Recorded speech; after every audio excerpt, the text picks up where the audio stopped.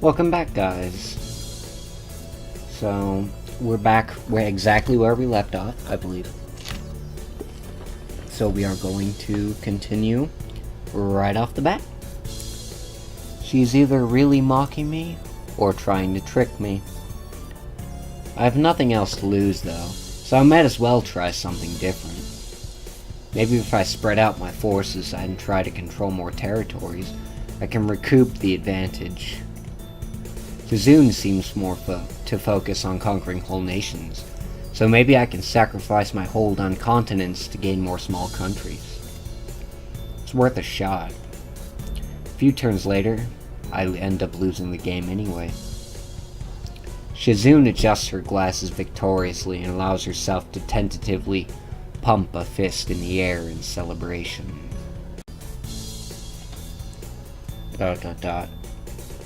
I win! I win! Yay! There's no need to translate that, it was pretty clear.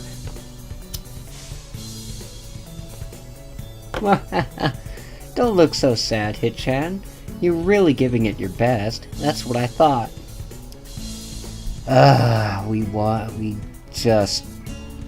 We got crushed. It's okay. We'll move on. We'll get better. Sometimes your best just isn't good enough, though. If anyone knows that, it's me. You did very well for someone who just learned how to play today. I've played Risk a lot. It's one of my favorite games, just because of the strategy involved in it. Such a lovely game. Hit-chan, you attacked Iceland and North America at the same time. It's a very daring move. Shit-chan is impressed. ... The mark of great people is that they are daring, and that they can follow through. You're already halfway there. Isn't that great, Hit-chan? ... That isn't enough, though. Just potential isn't enough. There is no point to potential if you don't take the first step. And there is no point to that if you don't keep going. I want to see more. You're right, Shit-chan, but that's so demanding. ...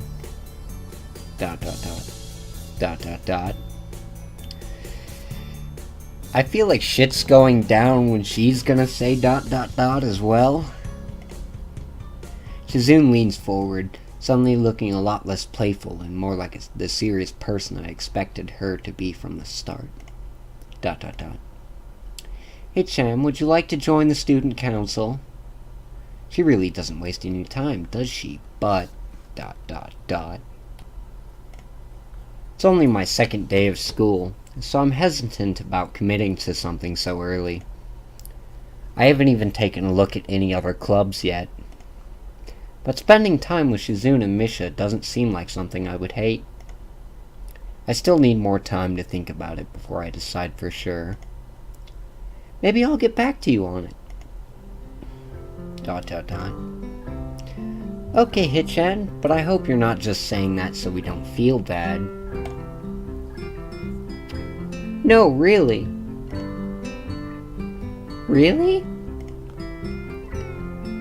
Hit-chan, if you're going to say that, you're saying that it's definitely the truth, and there can't be any mistaking it. I'm confused as to what these little squiggle things are supposed to mean. Is it like a teasing manner, or there can't be any mistaking it? I know.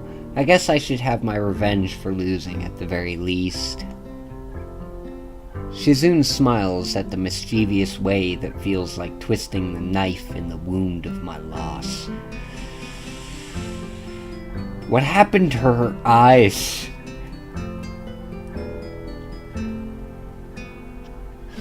I think she should go see the nurse about that. I'm not sure, but that don't look too good. I take a glance at the clock on the wall and realize I've spent far longer playing Risk than I expected. Sorry, I think I have to go. I wanted to go to the library. It's not closed yet, is it? Shizune scratches her head and gestures at Misha. How hard can it be to determine whether the library is open? There's a clock right there on the wall. ... It should be, unless the librarian is absent. I think you're right, Shichan. We think the library is open. It's on the second floor. Can't miss it. Do you want us to show you where it is? No thanks, it's okay. See you tomorrow. Bye-bye. One flight of stairs up, and I run into problems. The second floor hallway is a carbon copy of the third floor one. Wide, of course, and plain, like only hallways can be. The problem is that the library's whereabouts are not as easily determined as one would think. The classrooms are marked with signs stating which class they belong to, but then there is a plethora of other, unmarked rooms. Is the library one of them, or is it just somewhere down the hallway? I bet on the latter and choose my direction at random. After I turn around the corner, an unmarked door draws my attention because it's not closed.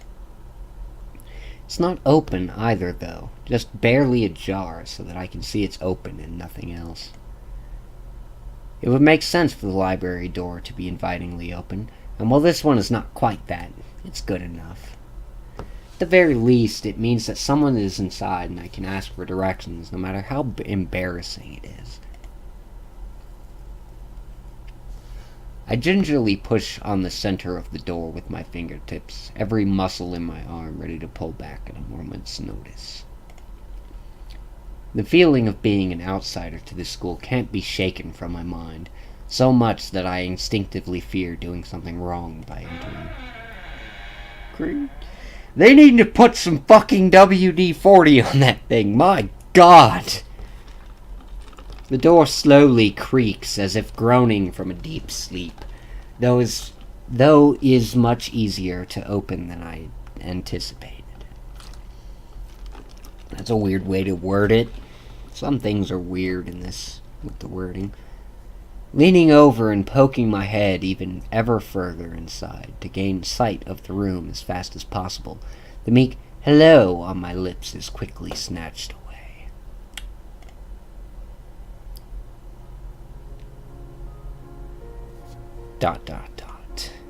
This is not as I was expecting. I mindlessly let the door open to its full extent, taking in the sight of the solitary figure taking center stage in the otherwise abandoned room. The situation steals my voice, leaving me standing at the doorway staring at the beautiful girl.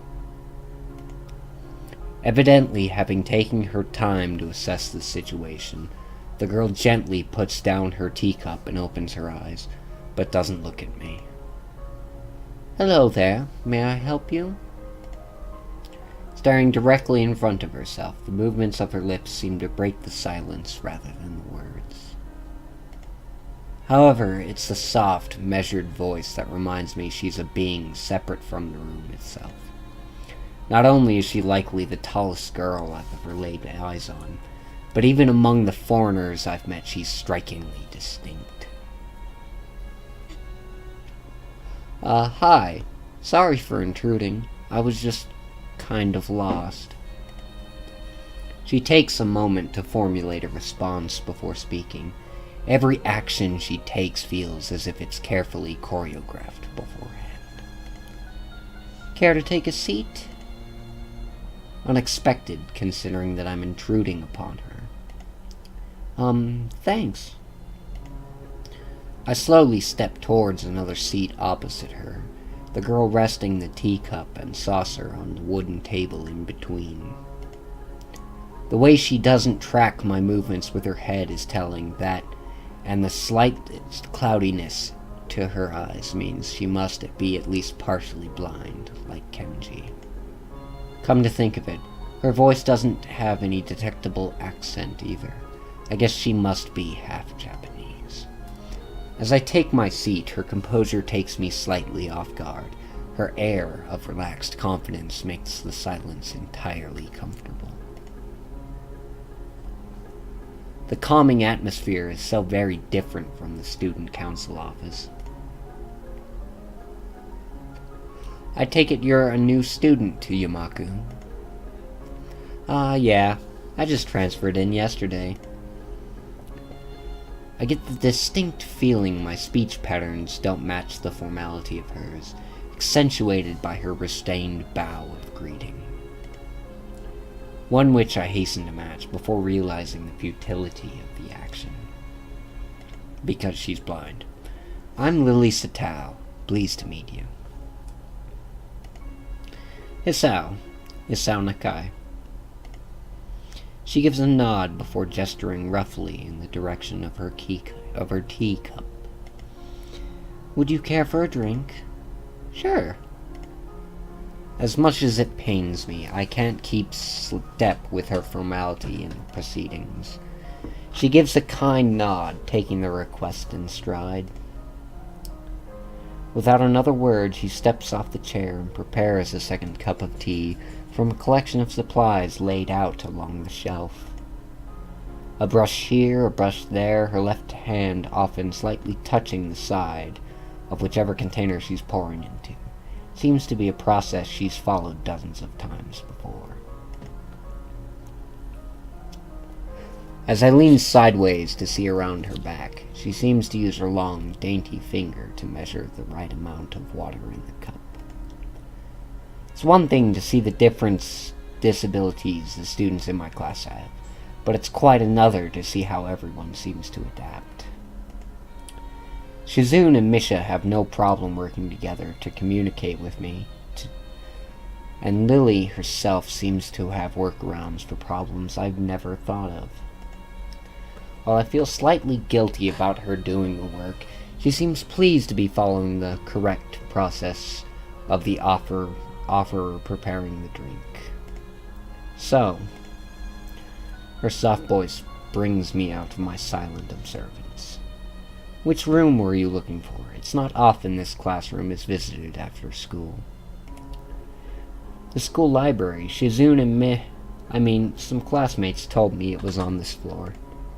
She finishes pouring water into the teacup and she nods, a small metallic tapping coming from the teacup indicating it's being stirred.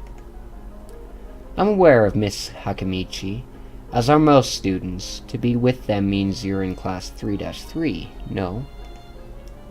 That's right, in the science room with Matao. She gives a small giggle before setting down the teaspoon and slowly walking towards the table, teacup and saucer in hand.